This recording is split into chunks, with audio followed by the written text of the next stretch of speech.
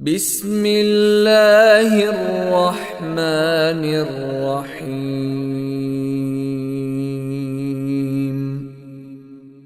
إن الحمد لله نحمده ونستعينه ونستغفره ونعوذ بالله من شرور أنفسنا ومن سيئات أعمالنا من يهده الله فلا مضل له ومن يضلل فلا هادي له وأشهد أن لا إله إلا الله وحده لا شريك له وأشهد أن محمدا عبده ورسوله أما بعد فقد قال الله تعالى في القرآن العظيم والفرقان المجيد أعوذ بالله من الشيطان الرجيم بسم الله الرحمن الرحيم يا أيها الناس اتقوا ربكم الذي خلقكم من نفس واحدة وخلق منها زوجها وبث منهما رجالا كثيرا ونساء واتقوا الله الذي تساءلون به والأرحام إن الله كان عليكم رقيبا. கண்ணியமிக்க எல்லாம் வல்ல அல்லாஹ்வின் அடியார்களே, அல்லாஹுடைய மாபெரும் அருளால் அவன் நம் மீது கடமையாக்கி இருக்கின்ற ஜும்ஆ தொழுகையை நிறைவேற்றுவதற்காக நாம் அனைவரும் இங்கே ஒன்றாக குழுமி அமர்ந்திருக்கின்றோம். இப்படி அமர்ந்திருக்கக்கூடிய இந்த தருணத்திலே மார்க்கத்தினுடைய ஒரு சில விஷயங்களை நாம் கேட்டு அதன்படி நம்முடைய வாழ்க்கையிலே அதை செயல்படுத்த வேண்டும், நாம் பயனடைய வேண்டும் என்ற அடிப்படையிலே நபிகளாரும் நாமும் என்ற தலைப்பின் கீழ் ஒரு சில செய்திகளை நாம் இங்கே உங்களுக்கு மத்தியிலே பேச இருக்கின்றோம். கண்ணியமிக்க எல்லாம் வல்ல அல்லாஹ்வின் அடியார்களே, அல்லாஹுடைய கிருபையால் முஸ்லிம்களாக வாழ்ந்து கொண்டிருக்கின்ற நாம் அல்லாஹு ரப்புல் ஆலமீனை நம்புகின்றோம், ஈமான் கொண்டு நம்புகின்றோம், நேசிக்கின்றோம். அதேபோல் அல்லாஹுவால் நமக்கு மத்தியில் இருந்தே தேர்ந்தெடுக்கப்பட்ட ஒரு தூதராக நபிகள் நாயகம் ஸல்லல்லாஹு அலைஹி வஸல்லம் அவர்கள் மீதும் அளவு கடந்த நேசங்களை வைத்திருக்கின்றோம். அந்த அடிப்படையில் வாழ்ந்து கொண்டிருக்கின்ற நாம் அல்லாஹுடைய தூதர் ஸல்லல்லாஹு அலைஹி வஸல்லம் அவர்கள் தங்களுடைய இந்த உலக வாழ்க்கையிலே அவர்கள் எப்படியெல்லாம் செயல்பாடுகளை அமைத்து கொண்டார்கள், வணக்க வழிபாடுகளாக இருந்தாலும் சரி, மறுமையினுடைய அந்த விஷயத்தை கருதி அங்கே நன்மை கிடைக்க வேண்டும் என்று கருதி வணக்க வழிபாடுகள் விஷயத்திலாக இருந்தாலும் சரி, உலகத்தினுடைய செயல்பாடுகளாக மத்தியிலே வாழ்ந்து கொண்டிருக்கக்கூடிய காலகட்டத்தில் அந்த செயல்பாடுகளை எல்லாம் எப்படி அமைத்து கொள்ள வேண்டும் என்ற அடிப்படையிலேயும் அவர்கள் வாழ்ந்த செய்திகளை நாம் ஹதீஸின் வாயிலாக பார்க்க முடியும். அப்போ அது போன்ற ஒரு சில விஷயங்களை இங்கே நாம் பார்த்து அதை நம்முடைய வாழ்க்கையிலே நாம் சரியான முறையில் பின்பற்ற வேண்டும் என்ற அடிப்படையில் இந்த தலைப்பு தேர்வு செய்திருக்கின்றோம். ஏனென்று சொன்னால் வெறும் வாயளவிலே சொல்லிவிட்டு சென்று விடக்கூடாது. ஆனால் இன்று வாயளவு சொல்லக்கூடிய சமுதாயமாகத்தான் இருக்கின்றோம். அல்லாஹ்வுடைய தூதர் ஸல்லல்லாஹு அலைஹி வஸல்லம் அவர்களை நாங்கள் மிக அதிகமாக நேசிக்கின்றோம், அவர்கள் மீது எங்களுக்கு அன்பு கடந்த நேசம் இருக்கின்றது. அவர்கள் ஏதாவது ஒரு இழுக்கு ஏற்பட்டு யாராவது பேசினார்கள் என்று சொன்னால் உடனே அதுக்கு நாங்கள் மறுப்பு தெரிவிக்கக்கூடியவர்களாக இருக்கின்றோம். இதுதான் நேசம் என்று நாம் நினைத்து கொண்டிருக்கின்றோம். அல்லாஹ்வின் மீது நேசம் அல்லாஹ்வுடைய தூதர் ஸல்லல்லாஹு அலைஹி வஸல்லம் அவர்கள் மீது நேசம் வைப்பது என்றால் அவர்கள் எதையெல்லாம் அல்லாஹ் வஹியாக அறிவித்த பிறகு அதை நமக்கு மத்தியிலே சொல்லித் தந்தார்களோ, இப்படித்தான் நீங்கள் உங்கள் வாழ்க்கையிலே செயல்பாடுகளை அமைத்துக் கொள்ள வேண்டும், இப்படித்தான் நீங்கள் வணக்க வழிபாடுகளை எல்லாம் அமைத்துக் கொள்ள வேண்டும் என்ற அடிப்படையில் சொல்லி தந்திருக்கிறார்களே, அதை சரியான முறையில் பின்பற்றி வாழக்கூடிய மனிதர்களாக நாம் இருந்தோம் என்று சொன்னால் அல்லாஹ்வின் தூதருடைய மீது வைத்திருக்கின்ற அந்த நேசத்திற்கு சரியானதாக அது இருக்கும். எந்த அளவுக்கு என்று நாம் என்ன நினச்சிக்கிட்டு இருக்கிறோம்னா, பொதுவாக நாம் அல்லாஹ்வுடைய தூதர் ஸல்லல்லாஹு அலைஹி வஸல்லம் அவர்கள் சொன்னது போல் ஒரு சில விஷயங்களை செயல்படுத்துகிறோம் அப்படின்னு நாம் நினச்சிக்கிட்டு இருக்கிறோம். அதில் பார்த்தா 1008 ஓட்டைகள் இருக்கும், அது ஒரு விஷயம். ஆனால் நம்ம நினைக்கிறது என்னென்னா, நாம் அல்லாஹ்வுடைய தூதர் ஸல்லல்லாஹு அலைஹி வஸல்லம் அவர்களை யாராவது தவறாக பேசிவிட்டால், வேறு மாதிரி ஏதாவது அவர்களை பற்றி வரைபடங்கள் வரைந்து வெளியிட்டு விட்டால் அதையெல்லாம் நாம் எதிர்ப்பு குரல் கொடுக்குறோமே, இதுதான் நம்ம அல்லாஹ்வுடைய தூதருடைய புகழை நாம் உயர்த்தி கொண்டிருக்கின்ற அடிப்படையில் நாம் நினைத்து ஒரு வாழ்க்கை ஓட்டத்தை ஓடிக்கொண்டிருக்கிறோம். ஆனால் அல்லாஹ் தஆலா இங்கே திருமறை குர்ஆனில் சொல்லும்போது சொல்லி காமிக்கின்றான். 94வது அத்தியாயத்தின் 4வது வசனத்தில் வரஃபஅனா லக திக்ரக், நபியே உமது புகழை நாம் உயர்த்தினோம் என்பதை அல்லாஹ் சொல்லி காமிக்கின்றான். அப்போ அல்லாஹ்வே அப்படி சொன்னதற்கு பிறகு நாம் ஏதாவது வழியில் அவங்களுடைய புகழை நாம் உயர்த்த முடியுமா? நம்ம என்னதான் அவர்கள் காட்டித்தந்த வழியில் வாழாமல் இருந்தாலும் அவர்களுக்கு எந்த சேதமும் ஏற்பட போவதில்லை. அவர்கள் காட்டித்தந்த வழியில் நம்முடைய வாழ்க்கை பயணத்தை அமைத்து கொண்டு வாழ்ந்தாலும் அதனாலே அவருடைய புகழ் உயரப்போவதில்லை. அப்போ அல்லாஹ்வுடைய தூதர் ஸல்லல்லாஹு அலைஹி வஸல்லம் நேசிக்கிறோம் என்று சொன்னால் அவர்களுடைய வாழ்க்கையிலே வாழ்ந்த காலகட்டங்களிலே எப்படி இருந்தது அவருடைய வாழ்க்கையினுடைய செயல்பாடுகள், அதை போய் நம்ம ஆய்வு வரலாற்றில் பார்த்தோம்னு சொன்னால் தூய்மையானதாக அப்பழுக்கற்றதாக அவருடைய வாழ்க்கை முறைகள் செயல்பாடுகள் இருந்திருக்கிறது நாம் பார்க்க முடியும். அதனால்தான் நாம் அடிக்கடி கேள்விப்படக்கூடிய ஒரு விஷயம், ஒரு கிறிஸ்துவ மனிதர் மைக்கேல் ஹார்ட் என்று சொல்லக்கூடிய அந்த மனிதன் உலகிலே மாற்றங்களை ஏற்படுத்திய 100 பேர்கள் என்ற தலைப்பின் கீழே உலகத்தில் மாற்றத்தை ஏற்படுத்திய தலைவர்கள் என்ற ஒரு 100 பேரை தேர்ந்தெடுத்து அதில் முதலாவதாக நபிகள் நாயகம் ஸல்லல்லாஹு அலைஹி வஸல்லம் அவர்களைத்தான் அந்த மைக்கேல் ஹார்ட்டர் என்பவர் சொல்கிறத நம்ம பார்க்க முடியும். காரணம் என்ன? அவர் இஸ்லாமிய மதத்தை சேர்ந்தவர் கிடையாது, அவர் ஒரு கிறிஸ்துவராக இருக்கிறாரு. கிறிஸ்துவராக இருந்தாலும் ஏன் சொல்லக்கூடிய காரணம் என்ன, முதலிடத்தில் வைக்கக்கூடிய காரணம் என்ன? அல்லாஹ்வுடைய தூதரை அவர்களுடைய வாழ்க்கை முறைகள் அந்த அளவிற்கு இருந்திருக்கிறது. ஒரு தூய்மையானதாக, அப்பழுக்கற்றதாக, அல்லாஹ்வால் தூதராக தேர்ந்தெடுக்கப்பட்டிருக்கின்றோம், அல்லாஹ்வால் நாம் மனிதனாக இங்கே படைக்கப்பட்டிருக்கின்றோம், நாளை மறுமையை நம்பி வாழக்கூடியவர்களாக இருக்கின்றோம். அப்போ அந்த நேரத்தில் நமக்கு எதுவும் பாதிப்பு ஏற்படுத்திவிடக்கூடாது என்பதற்காக, இன்னும் சொல்ல போனால் அல்லாஹ்வுடைய தூதர் ஸல்லல்லாஹு அலைஹி வஸல்லம் அவர்கள் நம்மளை போலா, அவர்களுக்கு சொர்க்கத்துக்கு உத்தரவாதம் கொடுக்கப்பட்டு விட்டது, முன்பின் பாவங்கள் மன்னிக்கப்பட்டு விட்டது.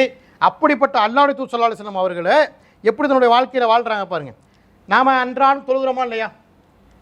ஒரு சின்ன சின்ன அதாவது தெரிந்த விஷயங்களை தான் பார்க்க போகிறோம். அந்த விஷயங்களை எல்லாம் கண்டும் காணாமல் போயிட்டு இருக்கிறோம், நம்மளுடைய வாழ்க்கையில் செயல்பாடுக்கு கொண்டு வராமலே இருந்து கொண்டிருக்கிறோம். இப்போ தொழுகையை பற்றி அல்லாஹ்வுடைய தூதர் ஸல்லல்லாஹு அலைஹி வஸல்லம் அவர்கள் நமக்கு போதித்திருக்கிறார்கள். ஏன் அப்படி போதிச்சாங்க? இந்த இஸ்லாமிய மார்க்கமே 5 தூண்கள் மீது நிறுவப்பட்டிருக்குது என்று சொற்பொழிவுகளில் கேட்டிருக்கிறோமா இல்லையா? அது அல்லாஹ்வையும் அல்லாஹ்வுடைய தூதரையும் ஈமான் கொண்டதற்கு பிறகு முதலில் ஒரு மனிதனுக்கு செய்ய வேண்டிய விஷயம் என்ன? இந்த தொழுகை தான். அப்போ அந்த தொழுகையிலே கூட நம்ம என்ன செய்கிறோம்? பாராமுகமாக இருந்துகிட்டு இருக்கிறோமா இல்லையா? ஆயிஷா அம்மா அறிவிக்கக்கூடிய ஒரு செய்தியை நாம் பார்க்கலாம். அல்லாஹ்வுடைய தூதர் ஸல்லல்லாஹு அலைஹி வஸல்லம் அவர்கள் நோய்வாய்ப்பட்டிருந்த அந்த காலகட்டத்தில் அவர்களுக்கு மிக மிக ஒரு அதிகமான நோய்வாய்ப்பட்டவர்களாக இருந்தாங்க. எந்திரிச்சு நிற்க முடியாத அளவுக்கு இருக்கக்கூடிய செய்தி நாம் பார்க்குறோம். அப்போ ஆயிஷா அம்மா சொல்கிறாங்க, அல்லாஹ்வுடைய தூதர் ஸல்லல்லாஹு அலைஹி வஸல்லம் அவர்கள் நோய் அதிகமாக இருக்கக்கூடிய அந்த நேரத்தில் என்னுடைய வீட்டிலிருந்து இங்கே சிகிச்சை பெற்றுக்கொள்ளும் என்ற அடிப்படையில் அவங்க ஒரு எண்ணம் இருந்து அதை மற்ற மனைவிமார்களிடத்தில் சொல்லக்கூடிய நேரத்தில் எல்லாருமே அனுமதி கொடுத்தாங்க. அந்த அடிப்படையில் என்னுடைய வீட்டில் அல்லாஹ்வுடைய தூதர் ஸல்லல்லாஹு அலைஹி வஸல்லம் தங்கி இருக்கக்கூடிய நேரத்தில் அவங்க என்ன செய்கிறாங்க? இந்த தொழுகையை பற்றி சொல்கிறதுக்காக அந்த விஷயம் சொல்கிறாங்க. அந்த என்னுடைய வீட்டில் தங்கியிருக்கக்கூடிய அந்த நேரத்தில் அல்லாஹ்வுடைய தூதர் ஸல்லல்லாஹு அலைஹி வஸல்லம் வெளியே பள்ளிக்கு செல்வதற்காக வரக்கூடிய நேரத்தில் அவர்களால் தனியாக எந்திரிச்சு நிற்க முடியாது, நடக்க முடியாது. அந்த மாதிரி நேரத்தில் 2 தோழர்களுடைய மேல் தோல் பூஜ்ஜத்தில் அவர்கள் கைகளை போட்டுக்கொண்டு அவங்க வருவாங்க பள்ளிக்கு. எப்படி? கால்கள் தரையில், கால் பெருவர்கள்லாம் தரையில் உரசக்கூடிய அளவுக்கு வந்தாங்கன்னு ஆயிஷா அம்மா சொல்லி காமிக்கிறாங்க. அப்போ இந்த அளவுக்கு சொல்லி காமிக்கிறாங்கன்னா நம்மள்கிட்ட தொழுகையினுடைய விஷயம் எப்படி இருக்குது? அல்லாஹ்வுடைய தூதர் என்ன செய்கிறோம்னு சொல்கிறோம்ல. அப்போ இந்த அளவுக்கு உடல்நிலை சரியில்லாத நோய்வாய்ப்பட்டிருக்கக்கூடிய அந்த நேரத்தில் அவங்க பள்ளிவாசலுக்கு 2 பேர் தோள்கட்டில் கைகளை போட்டு கால் உரச வருகிறார்கள் என்று சொன்னால் நாம் என்னைக்காவது தொழுகை எப்படி செஞ்சுருக்கிறோமா? நம்மளுடைய வாழ்க்கையில் ஒரு தலைவலி அதிகமாக இருந்துச்சுன்னு சொன்னால், ஏன்பா பள்ளிவாசலில் காணுங்கள, ரொம்ப தலைவலி அதிகமாக போச்சு, வேலையை விட்டு வந்த உடனே நான் படுத்து தூங்கிட்டேன், இப்படி சொல்கிறத பார்க்குறோம். இன்னும் வேறு வியாக்கியானங்கள் சொல்கிறத பார்க்குறோம். இது எல்லா மனிதர்கிட்டையுமே இருக்குது. யாரும் இல்லைன்னு சொல்ல முடியுமா? அதை சொல்லவே முடியாது. எல்லார்ட்டையுமே இருக்கக்கூடிய ஒரு விஷயமா இருக்கிறத பார்க்குறோம். அப்போ அதனால தான் அந்த விஷயத்தை ஆயிஷா அம்மா சொல்லி காமிக்கிறத பார்க்குறோம். இன்னும் சொல்ல போனால் எந்த அளவுக்கு அவங்க சொல்கிறாங்கன்னு பாருங்கள். தன்னுடைய வீட்டிலேருந்து போகும்போது ஃபஹரஜ பைன ரஜுலைனி தஹுத்து ரிஸ்லாஹுல்லாரில், என்னுடைய வீட்டிலிருந்து அவர் வெளியில் செல்லக்கூடிய நேரத்தில் 2 பேர் தோளில் கை போட்டுக்கிட்டு கால் சீக்க போனாங்க அப்படின்னு சொல்லி காமிக்கிறாங்க. அப்போ இந்த இடத்துல வச்சு நம்முடைய தொழுகை முறையை நம்ம உரசி பார்க்கணும்.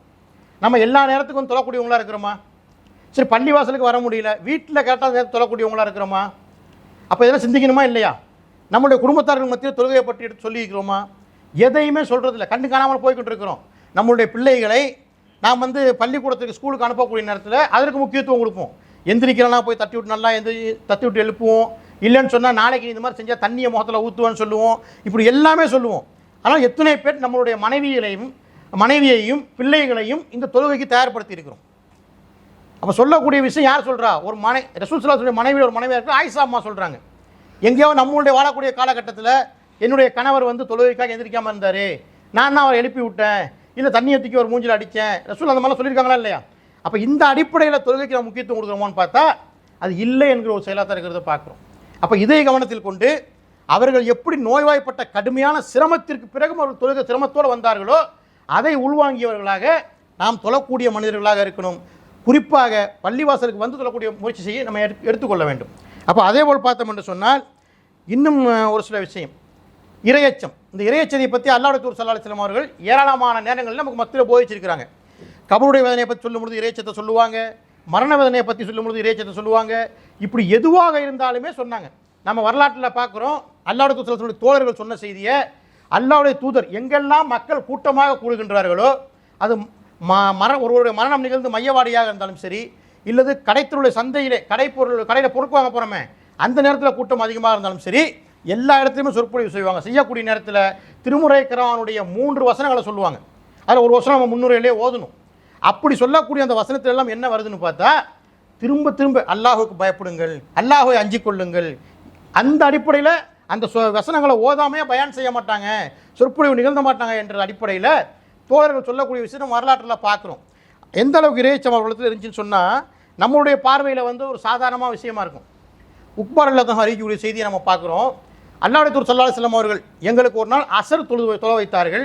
தொழுதுவிட்டு மிக வேகமாக விரைவாக தன்னுடைய இல்லத்திற்கு வீட்டுக்கு போயிட்டு திரும்ப வந்தாங்க. வரக்கூடிய நேரத்தில் எல்லாருக்குமே இருக்குமா இல்லையா?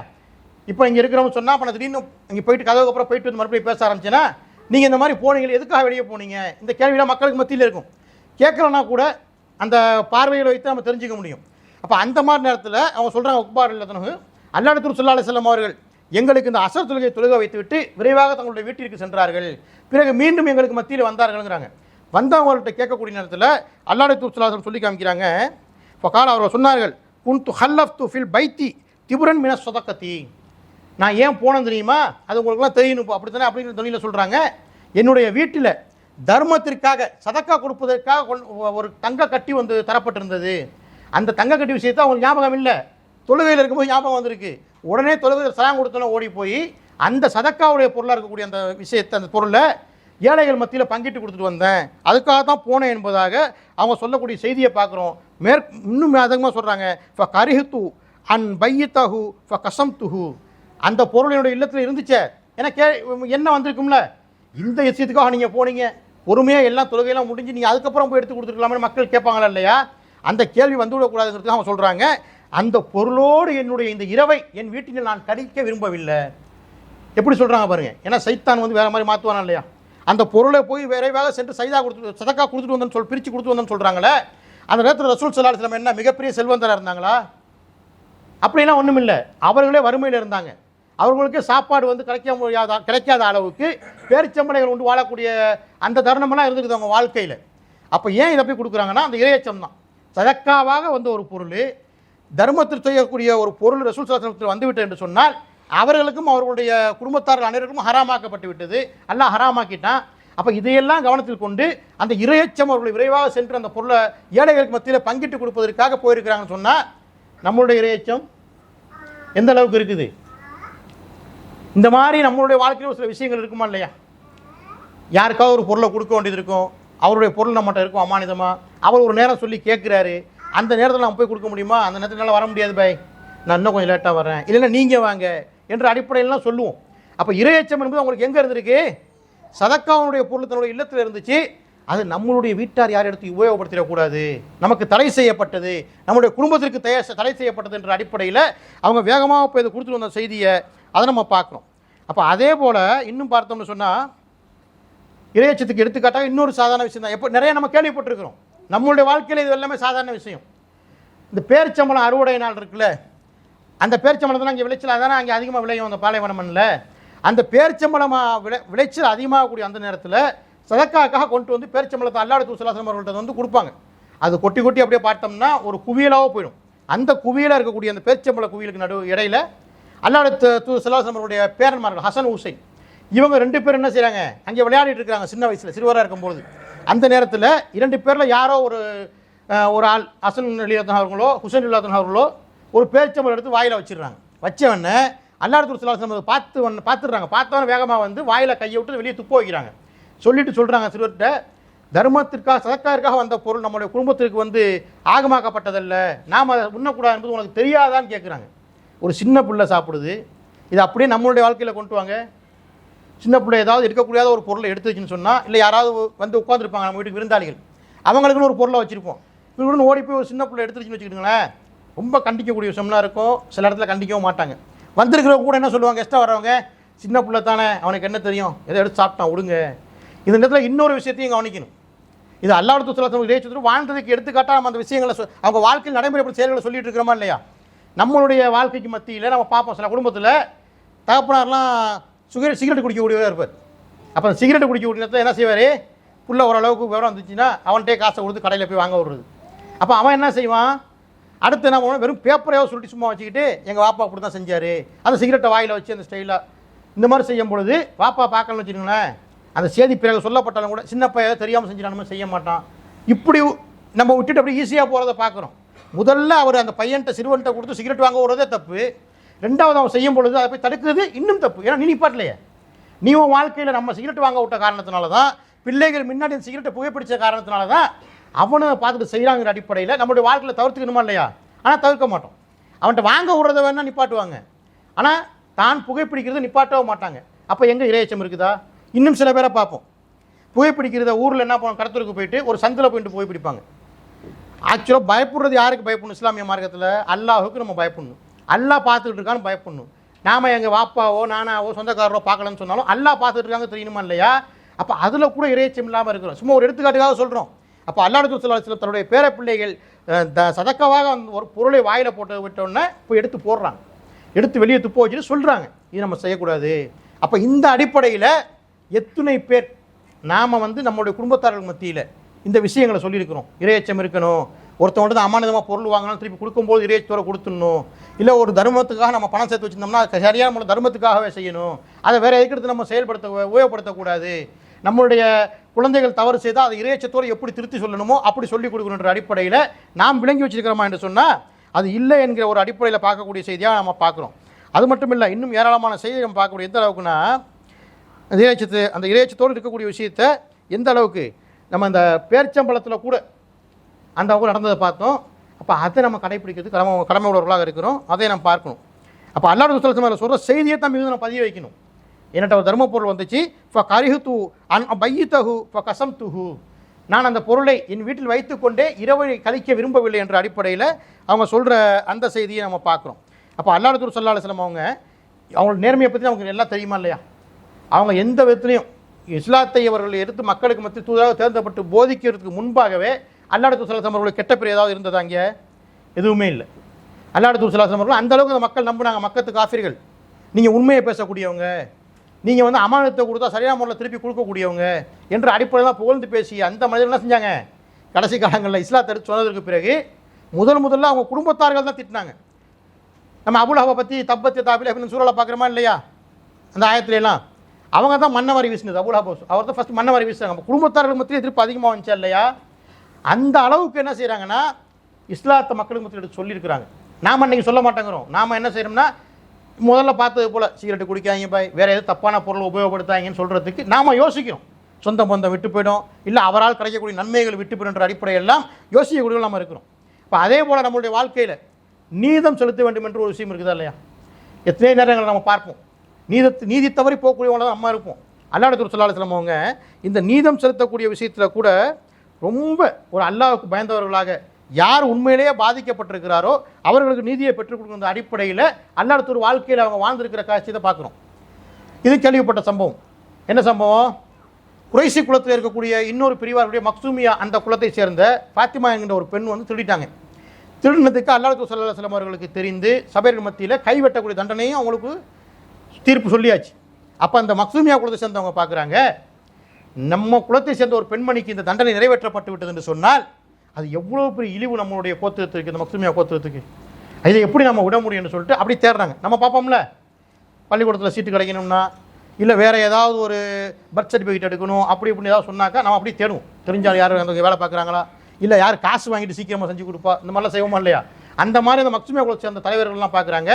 உசாமா ரலியல்லாஹு அவங்க தான் அல்லாஹ் ரசூல் ஸல்லல்லாஹு அலைஹி வஸல்லம் அவர்கள்ட்ட மிகுந்த ஒரு பாசத்தோடு நெருங்கி பழகக்கூடியவங்க. அந்தளவுக்கு பாசம் வச்சுருந்தாங்க ரசூல் ஸல்லல்லாஹு அலைஹி வஸல்லம் அவங்கள. அவங்கள்ட்ட சொல்லி இதை போய் நீங்கள் இந்த தண்டனையை நீங்கள் பரிந்து பேசுங்க, அல்லாஹ் ரசூல் ஸல்லல்லாஹு அலைஹி வஸல்லம் இந்த தண்டனை நிறைவேற்ற வேணாம்னு சொல்லுங்கள், பாதிக்கப்பட்டவர்களுக்கு நம்மளால் முடிந்த பொருளாதாரத்தை கூட கொடுத்து உதவி செஞ்சுருவோம், இது இப்படியே கண்டு காணாமல் விட்டுருங்க. இன்றைக்கி பெரும்பாலும் நீதிமன்றங்களில் போலீஸ் ஸ்டேஷன்லாம் நடக்கிறத பார்க்குறோமா இல்லையா? பெரும்பாலான விஷயங்கள் பாதிக்கப்பட்டவருக்கு எதிராக தான் நடக்கும். ஏன்னா பாதிப்பு யார் ஏற்படுத்தினாரோ அவர் வசதியில் மிகுந்தவராக இருந்தார்னு சொன்னால் அவர் போய் காசை கொடுத்து போலீஸை சரி கட்டுறது, இல்லை ஊர்லேயே ஒரு ஆட்களை வச்சு கட்ட பஞ்சாயத்து கட்டுறது, இந்த மாதிரி விஷயங்கள் நம்ம பார்க்குறோமா இல்லையா? அப்போ அந்த உசாமா ரலியல்லாஹு அவங்கள சொல்லி நீங்கள் போய் அல்லாஹ்வுடைய தூதர்கிட்ட சொல்லுங்கன்னு சொன்னதற்கு பிறகு அல்லாஹ் ரசூல் ஸல்லல்லாஹு அலைஹி வஸல்லம் அவங்க சொல்கிறாங்க. சொல்லக்கூடிய நேரத்தில் உசாமா ரலியல்லாஹு அவங்கள பார்க்குறாங்க. எப்படி பார்வை கோபம் கொண்டு பார்த்து, தஸ்ஃபஉ ஃபி ஹத்தின் மின் ஹுதூதில்லா, உசாமாவே நீங்கள் அல்லாஹ்வுடைய சட்டத்திலே நீங்கள் கை வைக்கிறீங்களா?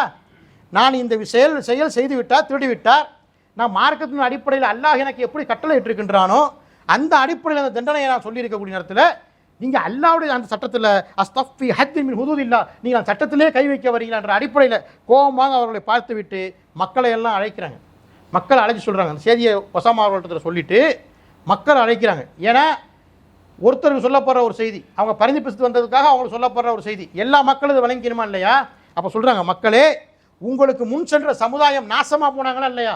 அதுக்கு என்ன காரணம் தெரியுமா? அவர்களுக்கு மத்தியில் பணக்காரர்கள் இந்த மாதிரி ஒரு திருட்டு விஷயத்தையோ ஏதாவது செயல் செய்து விட்டால் அவர்களை தண்டனை கொடுக்காம விட்டுருவாங்க.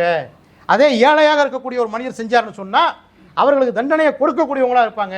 இந்த மாதிரி ஒரு பாகுபாடு பார்த்ததுனால தான் அவங்கள் நாசமாக போனார்கள் என்பதை சொல்லிவிட்டு, ஒய்முல்லாஹி அல்லாஹின் மீது ஆணையாக, லவ் அன்ன ஃபாத்திமா தப்னத்த முஹம்மதின், அல்லாஹுடைய தூதருடைய மகள் ஃபாத்திமா திருடினாலும் அவருடைய கையை நான் வெட்டுவேன்னு சொல்கிறாங்க.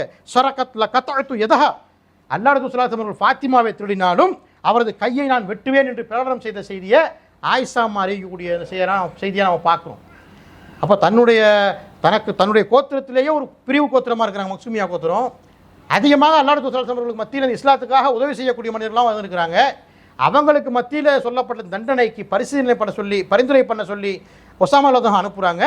அனுப்புன அந்த இடத்துல அல்லாஹ்வுடைய சட்டத்தில் கையை வைக்கிறான்னு கடுமையாக கேட்டுவிட்டு அவங்க மக்களுக்கு மத்தியிலும் இப்படி ஒரு உறுதியை எடுக்கிறாங்க, இந்த செய்தியை சொல்கிறாங்கன்னு சொன்னால், நாம் எத்தனை பேர் நம்மளுடைய வீட்டில் நம்மளுடைய ஊரில் குடும்பத்தார்கள் மத்தியில் இஸ்லாமியர்களாக இருக்கக்கூடியவர்கள், முஸ்லீம்களாக இருக்கக்கூடியவர்கள் தவறு செய்து அந்த தவறை அவர்களுக்கான தண்டனை நாம் சொல்லியிருக்கிறோமா? சரியா சட்டம் இல்லை, நம்ம தண்டனையை கொடுக்க முடியாது. இருந்தாலும் எடுத்தவர்கள் சொல்லி புரிய வைக்கணுமா இல்லையா? அதுக்கு எத்தனை பேர் நாம் முயற்சி செய்திருக்கிறோம்? யாருமே என்ன செய்வோம்? நம்ம தம்பி தானே, நம்ம மகன் தானே, நம்ம குடும்பம் தானே, நம்ம தெருவுக்காரங்க தானே, இப்படின்னு அலட்சியமாக போயிட்டு இருக்கிறத பார்க்குறோமா இல்லையா? அப்போ இதையெல்லாம் நாம் உள்வாங்கணும்னா அந்த நீதி செலுத்தக்கூடிய விஷயத்தில் அல்லாஹ்வுடைய தூதர் ஸல்லல்லாஹு அலைஹி வஸல்லம் அவர்கள் எந்த அளவுக்கு இருந்துக்கிறாங்க பாருங்கள். அது மட்டும் இல்லை, தான் ஒரு செயல்பாடை சில மக்களுக்கு மத்தியில் செய்யும் பொழுது அதுலேயும் அவங்க அந்த நீதி தவறாமல் நடந்துருக்கிறாங்க. இப்போ நாம் பார்ப்போம்ல, நாம் ஏதாவது ஒரு பொருள் இருக்கும், அந்த பொருளை யாருக்காவது கொடுக்கணும்னு நினைப்போம். பொதுவாக இஸ்லாத்தினுடைய நம்ம என்ன வலது கையால் கொடுத்து வாங்குங்கன்னு இருக்குது, எது செஞ்சாலும் வலதுபுறமாக செய்யுங்கன்னு இருக்குதா இல்லையா? அப்போ அந்த மாதிரி நேரத்தில் நம்ம என்ன செய்வோம்? யார் நமக்கு முக்கியமான ஆளாக பொருளாதாரத்தில் மிகுந்தவர், இப்போ உதாரணத்துக்கு இப்படி எடுத்துக்கிடுங்களேன், ஒரு கல்யாணம் நடக்குது, இல்லை வேறு ஏதாவது ஒரு வீடு வாங்குறாங்க, ஏதாவது ஒரு இடத்த வாங்குறாங்க, இந்த மாதிரி விஷயத்திலாம் கையெழுத்து போடுறதுக்கு கூட சொந்தக்காரங்கள்லேயே யார் பொருளாதாரத்தில் மிகுந்திருக்கிறாங்களான்னு பார்ப்போம். நமக்கு அவர் சின்னவர், பெரியவர், ஏழை, பணக்காரன் இப்படி பார்க்க மாட்டோம், பொருளாதாரத்தை மட்டும்தான் பார்ப்போம். பணக்காரனாக இருக்கிறாரா, அதிக பணக்காரன்னு இன்னும் எக்ஸ்ட்ரீம் லெவல் வச்சுருக்காங்கல்ல, நார்மலாக ஒருத்தர் மீடியமாக இருப்பார், இன்னொருத்தர் விஐபிங்கிற அந்தஸ்துக்கு இருப்பார், அப்படிப்பட்டவர் இருக்கிறாரா, இப்படிலாம் பார்ப்போமா? அப்படிலாம் பார்த்து அதுக்கு தகுந்த மாதிரி தான் நம்ம நீதமாக நடப்போம். ஆனால் அல்லாஹ் ரசூலுல்லாஹி ஸல்லல்லாஹு அலைஹி வஸல்லம் அமர்ந்திருக்கக்கூடிய அந்த சபையில் அவங்களுக்கு ஒரு பால் வச்சு பால் கொண்டு வரப்படுது. அதை என்ன செய்வாங்கன்னா, அவங்க குடிச்சிட்டு வலதுபுறத்துலேருந்து தான் அப்படி அனுப்புவாங்க. அப்போ அன்னைக்கு அந்த விஷயம் நடைபெறக்கூடிய அந்த நேரத்தில், பானம் கொண்டு வரப்பட்ட அந்த நேரத்தில் வலது பக்கம் பார்த்தா ஒரு சின்ன பையன் தான் உட்காந்துருக்காரு, சிறுவர் உட்காந்துருக்காரு, இடது பக்கம் தான் எல்லா பெரிய மனிதர்களும் இருக்கிறாங்க. அப்போ அல்லாஹ் ரசூலுல்லாஹி ஸல்லல்லாஹு அலைஹி வஸல்லம் அந்த சின்ன பையன்ட்ட கேட்குறாங்க, நான் இடதுபுறமாக அந்த பெரியவங்களுக்கு கொடுத்து அப்புறமா உங்களுக்கு தரட்டுமான்னு கேட்குறாங்க. அப்போ அந்த சிறுவர் என்ன சொல்கிறார், சின்ன பையன், நீங்கள் பானை அருந்து விட்ட பிறகு அதை நானும் தான் அருந்த வேண்டும், அந்த ஒரு விஷயத்தை, அந்த ஒரு எனக்கு கிடைக்கக்கூடிய அந்த வாய்ப்பை ஒரு காலத்தில் நான் யாருக்கும் விட்டு தர மாட்டேன்ற அடிப்படையில் சொன்ன உடனே மறுபடியும் போய் பேசலை, டக்குன்னு உடனே அவர் கையில் கொடுத்துட்றாங்க. அப்போ நாம் இந்த மாதிரி ஏதாவது செஞ்சுருக்கிறோமா? நாம் எதிர்பார்க்குற அந்த விஐபி வரல. நம்ம குடும்பத்தில் இருக்கக்கூடியவங்க இருக்கிறாங்க, பெரிய மனுஷர்லாம் இருக்கிறாங்க, ஒரு வசதியில் கம்மியாக இருக்கிறாங்க, நீங்கள் செய்யுங்க, நீங்கள் அந்த கையெழுத்து போடுங்க, நீங்கள் இப்படி பண்ணுங்க, என்னைக்கா நம்ம அதை செஞ்சுருக்கிறோமா? நம்ம அதை பார்க்கவே மாட்டோம், ஃபோன் போட்டு கழுவிட்டே இருப்போம். எப்போ வருவீங்க, எத்தனை மணிக்கு வருவீங்க, இல்லை நீங்கள் வர முடியல சொல்லுங்கள், நாளைக்கு கூட வச்சுக்கலாம், இல்லை நாளைக்கு செஞ்சுக்கலாம், இல்லை அடுத்த வாரம் இப்படி போவோம். ஆனால் இங்கே பாருங்களேன், நமக்கு மத்தியிலேயே வாழ்ந்து கொண்டிருக்கக்கூடிய சாதாரண மனிதர்களை மதிக்க மாட்டோம். இப்போ அல்லாஹ் ரசூலுல்லாஹி ஸல்லல்லாஹு அலைஹி வஸல்லம் அவங்க இந்த விஷயத்தில் ஒரு சிறுவர் தான், அவருக்கு கொடுக்காம விட்டால் கூட யாரும் போய் கேட்க போகிறதில்ல, அப்படி தானே? அப்போ இரையச்சம்ங்கிறது மிகுந்த அதிகமாக இருக்கிற காரணத்தினால தான் இப்படிப்பட்ட சின்ன சின்ன விஷயங்களில் கூட அவங்க நேர்மையாளராக நீதமாக இருக்கக்கூடியவர்களாக அவங்க நடக்கிறத பார்க்குறோம். இப்போ இரையச்சம்னு இருந்தாவே நம்ம யாரையாவது சொல்ல முடியுமா? இப்போ நான் இரையச்சம் இருக்கிறது உங்களுக்கு புரியுமா? நீங்கள் இரையச்சமாக இருக்கிறீங்கிறது எனக்கு தெரியுமா? அது அவங்கவுங்களுக்கும் அல்லாஹ்க்கு மட்டும்தான் தெரியும். அப்போ இந்த மாதிரி விஷயத்தில் கூட அவங்க ஆட்சி தலைவராக இருக்கிறாங்க, மார்க்க விஷயத்துலேயும் ஆன்மீக தலைவராகவும் இருக்கிறாங்க. அவங்க கொடுக்காம விட்டீங்கன்னு கொடுத்தா மற்ற மக்களும் யாரும் ஒன்றும் சொல்ல போகிறதில்ல. ஆனால் அதில் கூட பாகுபாடு காட்டக்கூடாது. அந்த சிறுவன் அப்படி சொன்னதுக்கு பிறகு அந்த சிறுவன்கிட்டே கொடுக்குறத பார்க்குறோம். அப்போ இந்த சாதாரண விஷயத்தில் கூட பாருங்கள், எந்த அளவிற்கு அவங்க அந்த ஒரு முக்கியத்துவத்தை கொடுக்குறாங்க பாருங்கள். சின்னவங்க பெரியவங்கலாம் எதுவுமே கிடையாது, அந்த அடிப்படையில் அவங்க இருக்கிறத நம்ம பார்க்குறோம். இன்னும் இதே போல் ஏராளமான விஷயங்களில் அல்லாஹ் ரசூல் ஸல்லல்லாஹு அலைஹி வஸல்லம் அவர்கள், இது நாம் பார்த்த சொற்ப செய்திகள் தான், அவங்களுடைய வாழ்க்கையில் வரலாறு நடந்த விஷயங்கள்லாம் பார்த்தோம்னு சொன்னால் ஏராளமான விஷயம் இருக்கிறது. இறையச்சத்துக்கு எடுத்துக்காட்டாக இன்னும் நிறைய செய்திகள் இருக்கிறது, நீதி செலுத்துவதற்கு இன்னும் நிறைய செய்திகள் இருக்கிறது, தொழுகையை பற்றி பேசணுமா, வணக்க வழிபாடை பற்றி பேசணுமா, அதுலேயும் ஏராளமான செய்திகள்லாம் இருக்கிறது. அப்போ இந்த அடிப்படையில் அவங்க வாழ்க்கையில் நடந்திருக்கிறாங்க, செயல்படுத்திக்கிறாங்க என்பதை பார்க்குறோம். நம்ம உறுதியாக என்னத்தை விளங்கணும்னா, அந்த திருட்டு சம்பவத்தையும் பேசணுமா இல்லையா? மக்துமியா குலத்தை சேர்ந்த பெண் திருடினாங்கன்னு அதில் கடைசியாக சொல்கிறாங்க பாருங்கள், என்னுடைய மகள் ஃபாத்திமாவே திருடினாலும் நான் கையை வெட்டுகிற தண்டனையை கொடுப்பேன் என்று சொல்கிறாங்களா இல்லையா? இதையெல்லாம் உள்வாங்க. இந்த விஷயங்களை உள்வாங்கி நாம் நீதியாக நடக்கக்கூடியவர்களாக இருக்கணும். தொழுகையை பற்றி பார்த்தோமா இல்லையா? அந்த தொழுகையை நமக்கு அந்த மாதிரி ஒரு பாதிப்புலாம் ஒன்றும் இல்லையே. இன்னும் சொல்ல போனால் ஒரு காலகட்டம் இருந்தது, பள்ளிவாசல் கொஞ்சம் தூரமாக இருந்துச்சு, நடந்து போகணும். இன்றைக்கி எல்லார் கையிலையும் பைக் இருக்குது. பைக் இல்லாத ஒரு வீட்டை பார்க்க முடியுமா? சில இடங்களில் பைக்கு கம்பல்சரியாக இருக்கும், சில இடங்களில் பைக்கு காரு சேர்ந்து இருக்கும். இப்போ இந்த மாதிரிலாம் இருக்குதா இல்லையா? அப்போ இந்த மாதிரி வசதி வாய்ப்போடு நம்மளை எல்லாம் வாழ வச்சுருக்கோம். இந்த காலகட்டங்களில் நாம் சிந்திச்சு பார்க்கணும். தொழுகையை மிஸ் பண்ணுறோமே, தொழுகையை விடுறோமே, அப்படி யோசிச்சு பார்க்கணும். அல்லாவுடைய தூதர் எப்படி வந்தாங்க? கால் சீக்க 2 பேர்கள் உதவியோடு வந்தாங்களே. அப்போ நமக்கு அந்த மாதிரி எல்லாம் வச்சிருக்கிறானா? கை கால் சலாமத்தை கொடுத்துருக்கிறான், கண் பார்வையை தெளிவாக வச்சிருக்கிறான். இது எல்லாத்தையுமே உலகத்தினுடைய விஷயங்களுக்கு, உலகத்தில் அணிந்து போகக்கூடிய விஷயங்களுக்கு நாம் உபயோகப்படுத்துகிறோமே. அப்போ மறுமையுடைய விஷயத்தை எண்ணி அந்த தண்டனைக்கு பயந்து இறையச்சத்தோடு நாம் செஞ்சிருக்கிறோம்னு பார்த்தா இல்லைங்கிறத தான் பார்க்க முடியுது. வெறுமனே அல்லாஹ்வுடைய தூதரை நேசிக்கிறோம்னு சொல்லாமல் இந்த செயல்பாடுகளை எல்லாம் உள்வாங்கி நம்முடைய வாழ்க்கையை கடைப்பிடிக்கக்கூடிய மக்களாக நாம் இருக்க வேண்டும். அப்படிப்பட்ட ஒரு வாய்ப்பை எல்லாம் அல்லாஹ் உங்களுக்கு தந்தல் புரிவானாக என்று முதல் உரையை நிறைவு செய்கின்றேன். அல்ஹம்துலில்லாஹி ரப்பில் ஆலமீன், ஸலாத்து வஸ்ஸலாமு அலா ஹாத்தமில் அன்பியா வல் முர்சலீன். கண்ணியமிக்க எல்லாம் அல்லாஹ்வின் அடியார்களே, அல்லாஹ்வுடைய தூதர் ஸல்லல்லாஹு அலைஹி வஸல்லம் அவர்கள் இந்த இஸ்லாத்தை அந்த மக்களுக்கு எடுத்து சொல்வதற்கு முன்பாக நல்ல ஒரு வாழ்க்கையை தான் வாழ்ந்து வந்தாங்க. எந்த மக்களாலையும் எதிர்க்கப்படலை, யாராலையும் அவருடைய உயிரை எடுக்கக்கூடிய அளவிற்கு அந்த நேரத்திலாம் கிடையாது. இஸ்லாத்தை எடுத்து சொன்னதற்கு பிறகு உயிருக்கு உத்தரவாதம் இல்லாதவர்களாக இருந்தாங்க. மக்கள் கடுமையான தண்டனை தொல்லையெல்லாம் கொடுக்க ஆரம்பித்தாங்க, துன்பங்கள்லாம். அவங்க குடும்பத்திலேருந்து முதல்ல ஆரம்பித்த செய்தியெல்லாம் பார்க்குறோம். அதைத்தான் முதல்ல சொன்ன அபுல் ஹப் மன்னவாரி அடைஞ்ச செய்தியெல்லாம் நம்ம பார்க்குறோம். அப்படி இந்த மாதிரி அவருடைய வாழ்க்கையில் இஸ்லாத்திற்கு முன் இஸ்லாத்திற்கு பின்னு சொல்லிட்டு இஸ்லாத்தை தேர்ந்தெடுத்து அல்லாஹ்வுடைய தூதராக தேர்ந்தெடுத்ததற்கு முன்பு இப்படி பிரித்து பார்க்க முடியும். அப்போ அல்லாஹ்வுடைய தூதராக தேர்ந்தெடுப்பதற்கு முன்பாக அவங்களுக்கு வாழ்க்கையில் எந்த ஒரு பிரச்சனையும் யாரும் கொடுக்கல. அல்லாஹ்வுடைய தூதராக தேர்ந்தெடுத்ததற்கு பிறகு இஸ்லாத்தை எடுத்து சொன்னதற்கு பிறகு அவர்களுக்கு நம்ம வார்த்தையால் சொல்லவும் முடியாது. எண்ணிலடங்கா தொல்லைகளுக்கு ஆளாக்கப்பட்டார்கள் என்பதெல்லாம் வரலாற்றின் வாயிலாக அறிஞ்சு வச்சுருக்கிறோம். அப்போ அப்படி யாரெல்லாம் அவர்களுக்கு தொல்லை கொடுத்தார்களோ அந்த மனிதர்களுக்கு மத்தியில் மதீனாவிற்கு போய் இஸ்லாமிய சாம்ராஜ்யத்தை நிறுவி கஅபத்துல்லா மக்காவிற்கும் வெற்றி பெற்று அந்த கஅபாவை தன்னுடைய கையில் அங்கேயும் இஸ்லாமிய ஆட்சி நிறுவக்கூடிய நேரத்தில் யாரெல்லாம் கடுமையான தொல்லைகள் கொடுத்தார்களோ அந்த மக்களெல்லாம் அவர்களுக்கு முன்னால் கொண்டு வரப்பட்டாங்க, இருந்தாங்க. அப்போ அந்த மக்களுடைய நிலை எப்படி இருந்திருக்கும்? போச்சு, நம்ம இங்கே இருக்க ஒரு நேரத்தில் பயங்கரமான தொல்லைகள்லாம் அவங்களுக்கு கொடுத்துருக்குறோம், அப்போ நிச்சயமாக நமக்கு அதுக்கு தகுந்த தண்டனை நிச்சயம் கொடுப்பாங்க. அப்படி தான் எல்லாருமே நினைப்பாங்க. நாம் அப்படி தான் நம்மளுடைய வாழ்க்கையில் என்ன செய்வோம்? ஏதாவது ஒரு விஷயம் தப்பான ஒருத்தர் நமக்கு பண்ணிட்டாருன்னு சொன்னால் பல்லுக்கு பல்லு கண்ணுக்கு கண்ணு அல்லாவே குர்ஆனில் சொல்லியிருக்கிறான், நாம் திருப்பி அவங்களுக்கு கெடுதல் செய்யலாம். ஆனால் அந்த வசனத்தில் சொல்லக்கூடிய கடைசி வசனத்தை விட்டுருவாங்க. மன்னிப்போரே உங்களுக்கு சிறந்தவர், நீங்கள் மன்னிச்சிருங்க என்ற அடிப்படையில் வசனத்தில் வருதா இல்லையா? அதையெல்லாம் விட்டு என்ன பண்ணுவோம்? பல்லுக்கு பல்லு கண்ணுக்கு கண்ணு நாமளும் பணிதிக்கக்கூடியவங்களாக தான் இருப்போம். ஆனால் அந்த அல்லாஹ் ரசூல் ஸல்லல்லாஹு அலைஹி வஸல்லம் என்ன செய்கிறாங்க? அவங்களுடைய வாழ்க்கையில் இஸ்லாத்தை சொன்னதற்கு பிறகு யாரெல்லாம் தொல்லை கொடுத்தார்களோ அப்படிப்பட்ட அந்த மக்களெல்லாம் தன் முன் நிறுத்தப்பட்ட பிறகு அவங்க யாருக்குமே அநியாயங்கள் செய்த யாருக்குமே தண்டனை இல்லை, கொடுக்காம அந்த மக்களுக்கு மத்தியில் அதை அவர்கள் சர்வசாதாரணமாக விட்டதை பார்க்குறாங்க. அதுக்கப்புறம் அங்கிருந்தவங்களும் இஸ்லாத்தை ஏற்றுக்கிட்டாங்க. அல்லாஹ் ரசூல் ஸல்லல்லாஹு அலைஹி வஸல்லம் பண்பு, மன்னிக்கும் பண்பு மிக மிக ஒரு முக்கியமான ஒரு பண்பாக அவங்களோட வாழ்க்கையில் இருந்திருக்கிறத நம்ம பார்க்குறோம். அதனால தான் இன்றைக்கி பார்க்குறோம் கோடான கோடி மக்களுடைய உள்ளங்களில் அவங்க எந்த அளவிற்கு இருக்கிறாங்க. இஸ்லாமிய மக்களுடைய உள்ளங்களில் யாருமே பார்க்கல தானே அவங்கள, அந்த அளவுக்கு அன்பும் பாசமும் வச்சுருக்கிறோம். அதனுடைய வெளிப்பாடு தான் யாராவது ஒருத்தன் அல்லாஹ்வுடைய தூதரை தவறாக இழிவுபடுத்தி பேசிட்டான்னு சொன்னால் நம்ம இன்றைக்கி பொங்கி எழுந்து பதில் போடுறோமே, பதில் கொடுக்குறோமே, ஆர்ப்பாட்டம் நடத்துகிறோமே. காரணம் என்ன? அவர்கள் மீது வைத்திருக்கக்கூடிய நேசம். அந்த நேசம் அந்த மாதிரி சமயத்தில் வெளிப்பட்டு தானே ஆகணும். யாரெல்லாம் அல்லாஹ்வுடைய தூதரை கேவலப்படுத்தி பேசுகிறாங்களோ அவங்களுக்கு நம்ம பேசி தான் ஆகணும், எதிர்ப்பு கொடுத்து தான் ஆகணும். ஆனால் மற்ற விஷயங்கள்லையும் பார்க்கணும். இந்த மாதிரி செயல்பாடுகள் நம்ம ஈடுபடுவதற்கு முன்பாக அவர்கள் செய்த எத்தனை செயல்களை நாம் செஞ்சுக்கிட்டு இருக்கிறோம் அப்படிங்கிறத விளங்கி பார்க்கணும். அதே போல் நம்ம எல்லாம் இதுவும் கேள்விப்பட்ட செய்தி, அல்லாஹ் ரசூல் ஸல்லல்லாஹு அலைஹி வஸல்லம் அவர்களுக்கு ஒரு யூத பெண்மணி ஆட்டிறைச்சியில் விஷவத்தி கொடுத்த சம்பவத்தை கேள்விப்பட்டிருக்கோம். எத்தனை சொற்பொழிவுகளில் பேசியிருக்கிறாங்க. அப்போ அந்த பெண்மணியை கூட தோழர்கள் என்ன கேட்குறாங்க? இந்த பெண்மணியை தண்டனை கொடுத்துருவோம், கொலை செஞ்சுருவோம் அப்படிங்கிற அடிப்படையில் சொல்லும் போது கூட என்ன செய்கிறாங்க? இல்லை வேணாம், அந்த பெண்மணியை நீங்கள் நான் மன்னிச்சிட்டேன், நீங்கள் விட்டுருங்க, எந்த ஒரு தண்டனையும் நீங்கள் கொடுக்க வேணாம் என்ற அடிப்படையில் அவங்க சொல்லக்கூடிய செய்தியாக பார்க்குறோம்.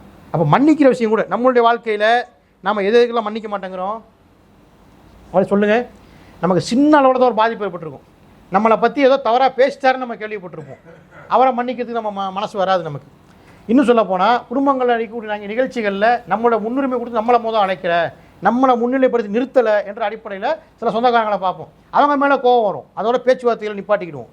சரி, ஏதோ அவங்களுக்கு இந்த ஏதோ ஃபங்க்ஷன் செஞ்சுக்கிட்டு இருக்கிறாங்க, அவங்களுக்கு வந்து ஏதோ ஒரு ஸ்ட்ரெஸ் அப்படி இருந்துகிட்டு இருக்கும், கவனக்குறைவாக விட்டுருப்பாங்க. இப்படிலாம் போக மாட்டோம். ஏன்னா நம்மகிட்ட ஒரு நன்மை தேவைக்கு வந்து நின்றுருப்பாங்கல்ல, அதை சொல்லுவோம். அன்னைக்கு இந்த தேவை இருக்கும்போது என்கிட்ட வந்து நின்றில, நான் உனக்கு உதவி பண்ணல, உன்னுடைய ஹாஸ்பிட்டல் செலவுக்கு நான் உதவி பண்ணல, உன்னுடைய படிப்புக்கு நான் உதவி பண்ணணும், உங்களுடைய படிப்புக்கு, அதனால தான் நீங்கள் வெளிநாட்டில் போய் சம்பாரிச்சிட்டு இருக்க, நல்ல வாழ்க்கை வாழ்றீங்க, அப்போ என்ன இந்த மாதிரி நீ விட்டுட்டிய, எனக்கு முக்கியத்துவம் நீ கொடுக்கல என்ற அடிப்படையில் எல்லாம் பேசுவோம். இங்கே அல்லாஹ் ஸல்லல்லாஹு அலைஹி வஸல்லம் அவர்களுக்கு உயிர் போகக்கூடிய அளவிற்கு அந்த பெண்மணி, யூத பெண்மணி விஷம் வச்சு கொடுத்துருக்குறாங்க. அப்படிப்பட்ட அந்த பெண்மணியை மன்னிக்கிறாங்கன்னு சொன்னால் எவ்வளோ பெரிய ஒரு மனசு நமக்கு வேணும் அவங்களுக்கு, அல்லாஹ் ஸல்லல்லாஹு அலைஹி வஸல்லம் அவங்களுக்கு. இன்றைக்கும் பார்க்குறோமா இல்லையா, எத்தனையோ பேர்கள் வந்து பாதிப்படைஞ்சு ஜெயில்களில் இருக்கிறதுலாம் பார்க்குறோம். அந்த கேஸ் வரும்போது கூட அவங்களுக்கு எதிராக யார் பாதிக்கப்பட்டவங்க கேஸ் போட்டாங்களோ அவங்க அந்த கேஸை வாபஸ் வாங்க மாட்டாங்க. தண்டனை பெற்றே தீரனவன், அவனை விடக்கூடாது என்ற அடிப்படையில் நடக்கிறத பார்க்குறோம். தன்னுடைய அந்த மாதிரி நமக்கு வாழ்க்கையில் சின்ன சின்ன விஷயம் நடந்திருக்கும்.